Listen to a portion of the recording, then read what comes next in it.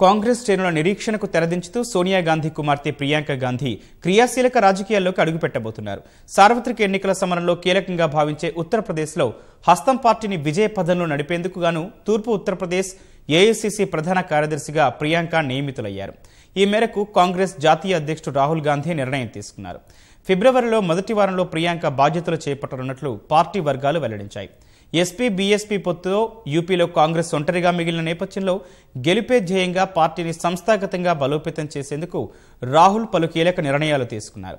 జ్యోతిరాదిత్య సింధియాను పశ్చిమ ఉత్తరప్రదేశ్ ఏఐసీసీ ప్రధాన కార్యదర్శిగా నియమించిన రాహుల్ అశోక్ గెహ్లోట్ స్థానంలో కేసీ వేణుగోపాల్ను ఏఐసీసీ ప్రధాన కార్యదర్శిగా నియమించారు.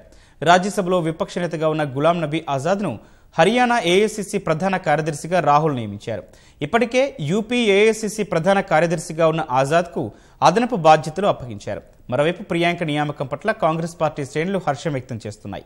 రాయ్బరేలీలో ఆ పార్టీ కార్యకర్తలు బాణాసంచా పేల్చి సంబరాలు చేసుకున్నారు.